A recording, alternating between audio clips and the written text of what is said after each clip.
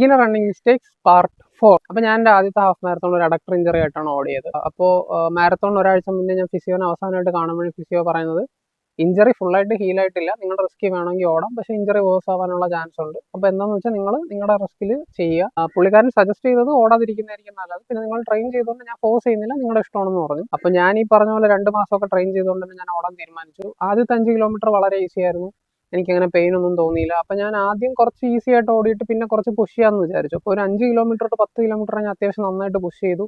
Almost ഒരു 57 minute 58 minute അത് 10 kilometres complete ആയി. പക്ഷെ അത് കഴിഞ്ഞപ്പോഴത്തേക്ക് ഞാനൊരു റോഡിൽ അത്യാവശ്യം ഇരുട്ടായിരുന്നു. അപ്പം റോഡിൽ ഒരു കുഴിക്കകത്ത് അറിയാതെ എൻ്റെ ലെഫ്റ്റ് കാലാണ് പോയതെങ്കിലും റൈറ്റ് കാല് പെട്ടെന്ന് പുള്ളായതിനു ശേഷം എനിക്ക് ചെറിയൊരു പെയിൻ വന്നു തുടങ്ങി. അപ്പം എൻ്റെ മനസ്സിൽ അതുവരെ ഉള്ള കോൺഫിഡൻസ് അങ്ങ് തകർന്നു എന്ന് പറഞ്ഞാൽ പിന്നെ ഞാൻ ഫുള്ള് കൺസേണിലായി. അയ്യോ കാലിന് പണിയിട്ടു. പക്ഷേ നിങ്ങൾ ആലോചിക്കേണ്ട ഒരു കാര്യം, എൻ്റെ ലെഫ്റ്റ് കാലാണ് ആ കുഴിയിൽ പോയത്, പക്ഷേ എൻ്റെ റൈറ്റ് കാലിലാണ് എനിക്ക് വേദന തോന്നും. അത് ബേസിക്കലി നമ്മൾ മെന്റലി നമ്മളിങ്ങനെ ഒരു ഇഞ്ചറി ആയാലോ എന്നുള്ളൊരു മൈൻഡ് സെറ്റിൽ ഓടുന്നതുകൊണ്ട് നമുക്ക് തോന്നുന്ന ഒരു പേടിയാണ്. അതിനുശേഷമുള്ള എല്ലാ കിലോമീറ്ററും എനിക്ക് മോശമായിരുന്നു. ഇടയ്ക്ക് കയറ്റമൊക്കെ എത്തിയപ്പോഴത്തേക്ക് ഞാൻ നടന്നു കയറി. എനിക്ക് ഫിനിഷ് ചെയ്യാൻ പറ്റൂല എന്ന് പോലും ഒരു പോയിന്റിൽ ഞാൻ വിചാരിച്ചു. അപ്പോൾ ഞാൻ ഓടിക്കൊണ്ടിരുന്ന പേസ് വെച്ച് എങ്ങനെ പോലും എനിക്കൊരു സബ് 2 അവർ 159 158 പിടിച്ച് ഫിനിഷ് ചെയ്യാൻ പറ്റുന്ന റണ്ണായിരുന്നു. പക്ഷേ ഈ ഒരു മെന്റൽ ബ്ലോക്ക് ഉള്ള കാരണം, അല്ലെങ്കിൽ ഇഞ്ചറി മോശമായാലോ എന്നുള്ള ഒരു പേടിയുള്ള കാരണം ഞാൻ പിന്നെ ഭയങ്കര സ്ലോയിലാണ് ഓടിയത്.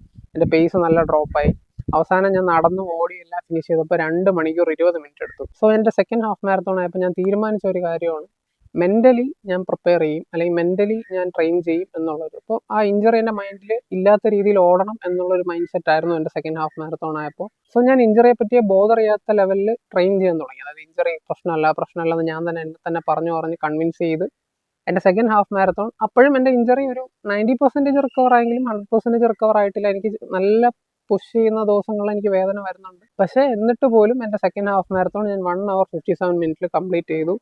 അത് നല്ല പേസിൽ എനിക്ക് ഓടാൻ പറ്റി. എൻ്റെ ബോഡി എപ്പോഴെങ്കിലും ടയേർഡ് ആവുന്നു, അല്ലെങ്കിൽ എനിക്ക് അഡക്ടറിൽ വേദന വരും എന്നെൻ്റെ മൈൻഡ് തോന്നുമ്പോൾ ഞാൻ പറയും ഇല്ല, അതും ജസ്റ്റ് മൈൻഡാണ്, സീനില്ല, മൈൻഡ് ഗെയിമാണ്, നമുക്ക് ഫോക്കസ് ചെയ്യാം, ഓടാം.